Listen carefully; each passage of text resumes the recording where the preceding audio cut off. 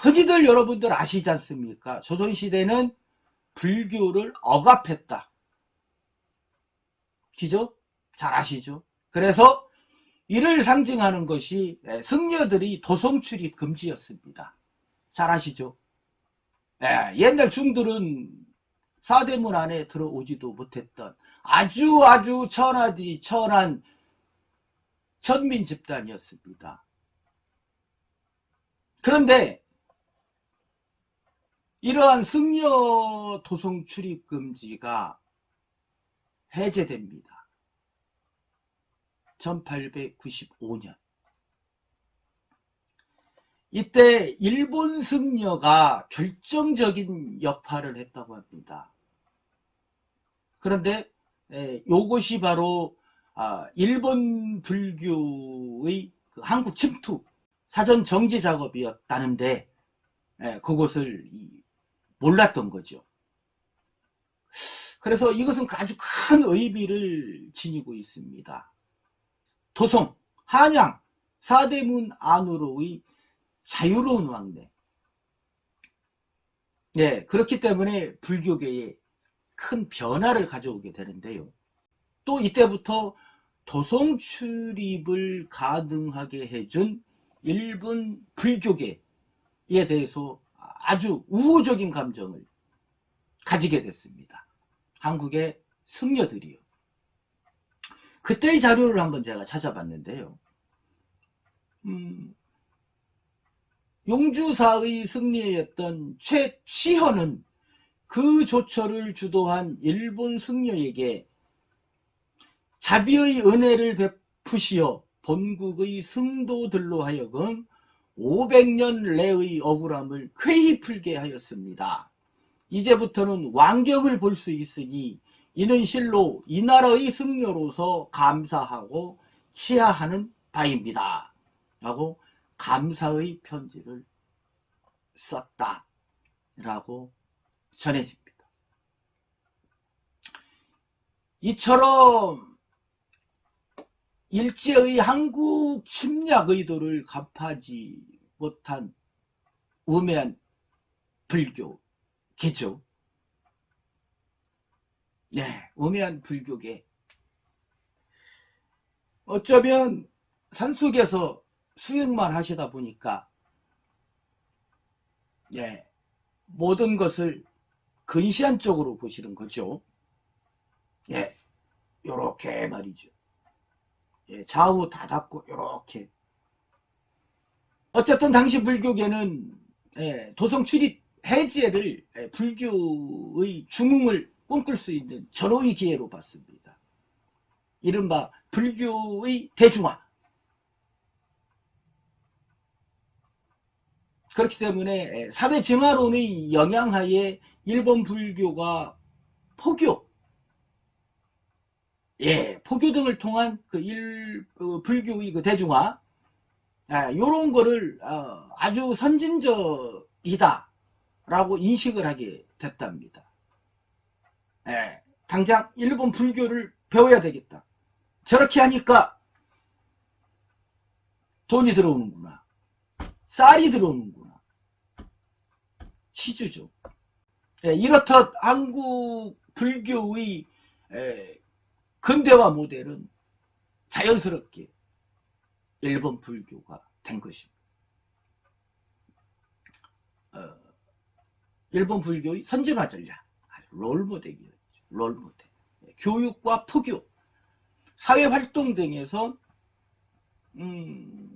일본 불교를 모방한다. 어쩌면 당연한 일인지도 모르죠. 그런데 이 과정에서 그 모방국의 대상인 일본이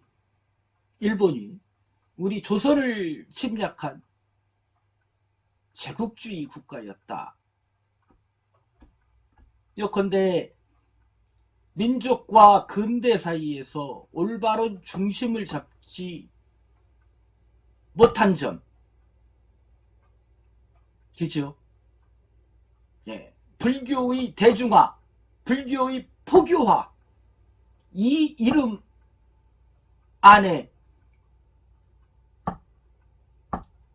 침략국 일제는 부정할 수 없었던 것입니다. 단지 선망의 대상. 예, 이렇게 함몰된 것입니다. 예, 물론 독립운동도 하고 부단하게 애를 쓰신 승려분들도 많으시죠. 예, 그분들은 예, 제외하고 말입니다.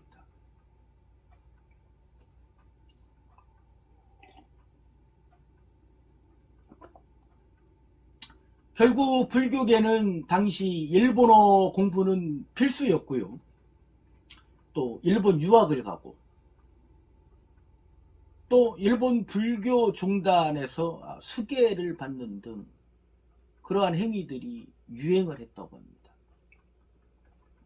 한심스럽게도 의병 항쟁의 와중에서도 일본으로부터 일본에 빌붙기 위해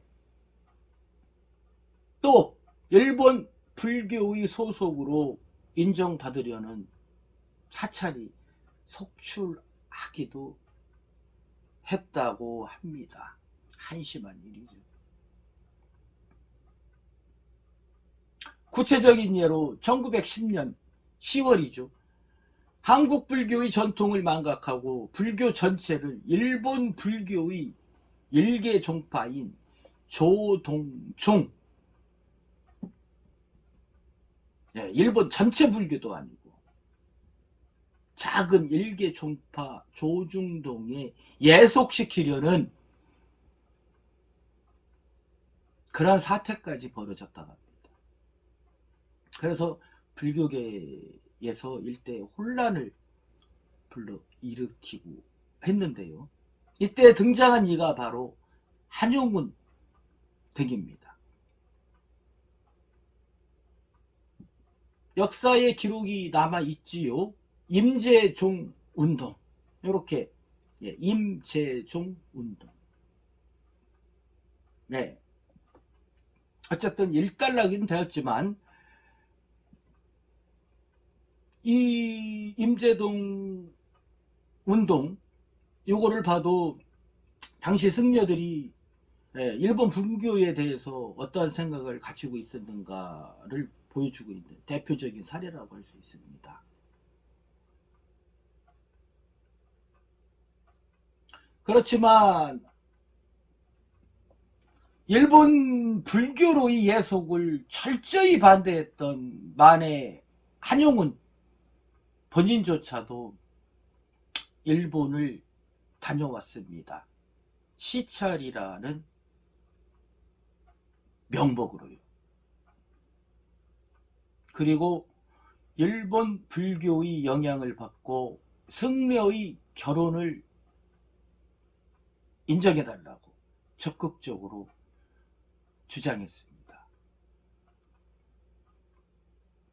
여러분들 아실 겁니다. 일본 불교는 승려들이 결혼을 해서 자식을 가져도 괜찮다. 일명 대처승제도죠. 물론 한용운의 경우는 불교 발전이라는 충정에서 나왔겠지만 이 부분은 결코 좀 아쉬운 부분이죠. 그때의 전후 사정이야 잘 모르겠지만 지금 나와 있는 기록으로만 보면 중치원 의장과 통감부 통감에게 승려의 결혼을 인정해달라는 건의를 2번씩이나 한 것. 숨길 수 없는 주지의 사실입니다.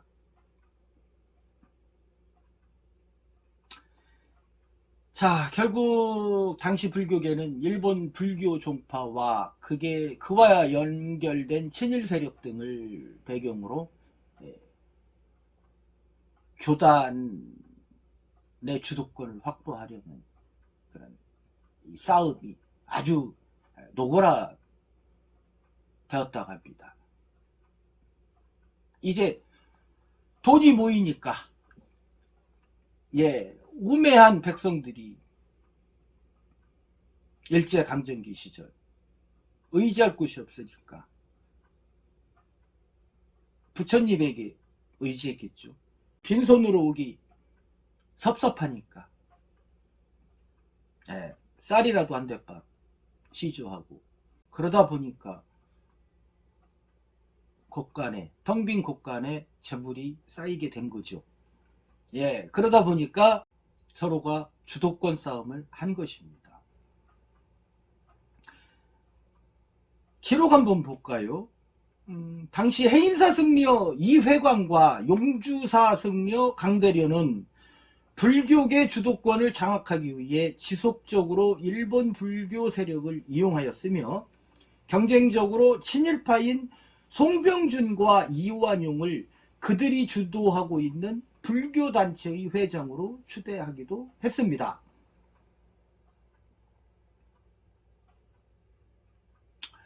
이런 지경에까지 이른 겁니다. 사태가 이쯤 되니까 이 친일파 세력들이 오히려 이 승려들을 배제하기 시작했답니다. 오히려 그들 간의 그 세력 간 싸움으로 불교계 통제가 힘들어졌고 골치 아프게 된 거죠. 자, 이를 봐도 결국 승려들은 불교 발전을 빙자해서 속세의 권력자를 내세우고 본인들의 욕심을 채우려는 것, 그러한 행태들을, 그러한 행위들을 했습니다. 안타깝게도 불교계의 이러한 행태는 일제강점기 시절 여러 형태로 되풀이되었다는 점, 참 역사의 기록이지만 참 안타까운 사실입니다.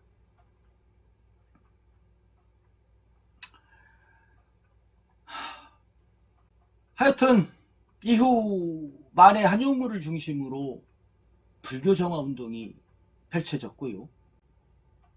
일본 만종에 현혹돼서 탄생된 선학원이 주축이 돼서 조계종과 대립각을 이루게 됩니다.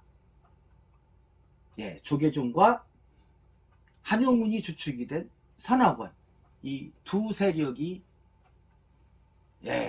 다툼이 시작된 거죠.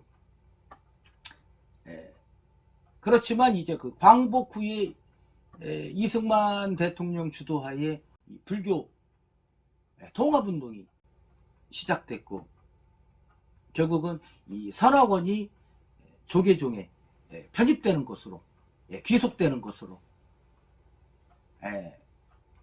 끝맺음을 받습니다. 일부의 지적이죠. 여전히 우리나라의 불교는, 현재의 불교는 외색 불교다. 참 안타까운 현실인데요. 일제 청산이 부실하다는 비판을 받고 있는 이유, 이러한 점 때문이 아닌가 이렇게 생각됩니다. 자, 지금의 조계종은 1962년도죠. 박정희 정권이 불교계 전체를 통틀어서 조계종 하나만을 인정하면서 그 막대한 거대한 권력의 카르텔이 시작됐습니다. 그렇지만 이 과정에서 대처승, 그때까지도 대처승들이 남아 있었죠. 지금도 있지만요. 대처승들이 반발했고, 그래서 법적 투쟁을 벌여서 승리를 합니다.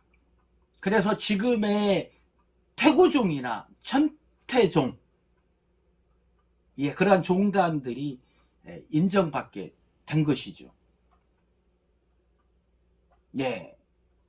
그러니까 다시 한번 말씀드리면 우리 한국 불교를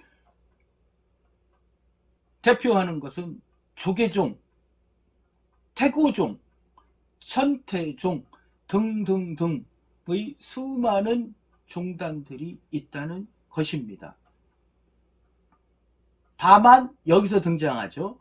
대처승. 예, 한마디로 요약하면 바로 그것입니다. 일본 불교의 영향을 받은 한국 불교. 일제강점기 때는 승려들도 결혼을 했었습니다. 겉으로는 인정을 안 했지만, 네, 일제강점기 사찰 승려들은 결국은 자신의 이득권, 기득권, 보장받기 위해서 스스로 대처승이 되었다고도 합니다. 그래서 제가 말씀드리는 건 바로 그겁니다. 그때는 맞고 지금은 틀리다. 지금이 맞고 그때가 틀렸다. 그때는 틀렸다. 지금이 맞다. 이런 식의 이분법적 판단은 결코 불이라는 것입니다. 살인과 불륜, 도박 등의 사건 기사에도 스님이라는 호칭을 해주며 떠받들어주는 대한민국 사회. 이러한 현실 참으로 안타깝습니다. 결혼을 해서 자자식 있는 대처승은 무조건 가짜이고 가짜 승려다 라는 편견, 그러한 편견에 사로잡고 있는 것이 대한민국의 현실인 것입니다. 대처승이 일반화가 되었던 일제강점기의 불교계, 그리고 해방, 그리고 끝없이 벌어졌던 깊은절, 그 산속에서 벌어졌던 수많은 폭행 사건들, 일명 절 뺏기 싸움, 그러한 피냄새가 진동하던 전쟁터가 바로 절이라는 공간이었습니다. 부처님이 계신 공간에서, 그 앞마당에서, 안에서. 이 부분은 다음 편에 자세하게 말씀드리겠습니다. 자, 환원하면 조계종과 유사한 이름을 가진 종교 집단, 그러한 종교 집단으로는 한국 불교 조계종, 통합 조계종, 현대 불교 조계종, 국제 불교 조계종 등이 있습니다. 주로 정식 승려의 계를 안 받은 사람들과 무속인이 주를 이루고 있다라고 평하는데요. 어쨌든 흔히 우리 일반에게 알려진 조계종은 대한불교 조계종입니다.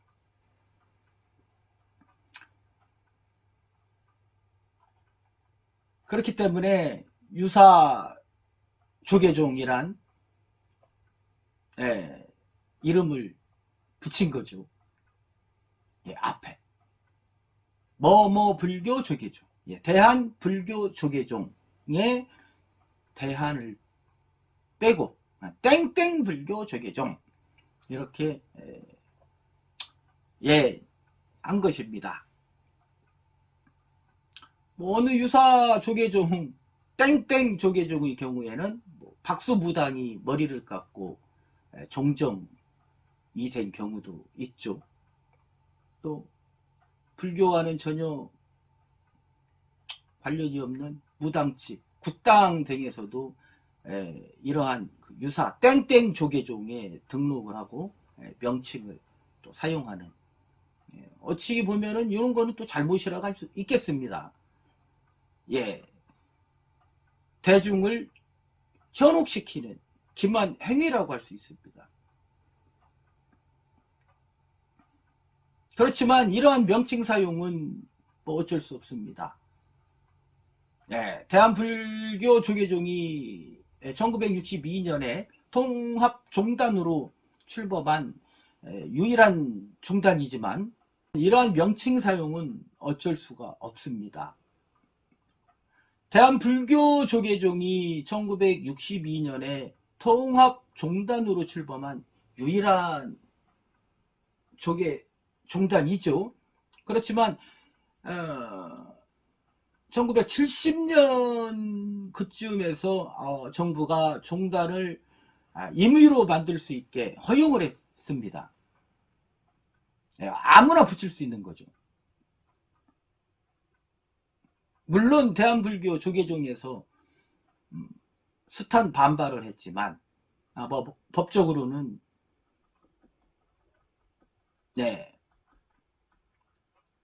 대한불교 조계종 이렇게 쓰면 그러면 큰일 나죠. 그렇지만 땡땡 조계종이면 상관이 없습니다. 그래서 개인이나 임의단체나 법인들도 그렇게 사용하고 있는 것입니다.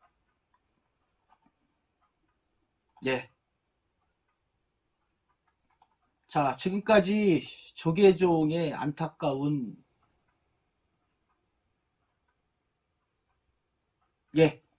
사연을 전해드렸습니다.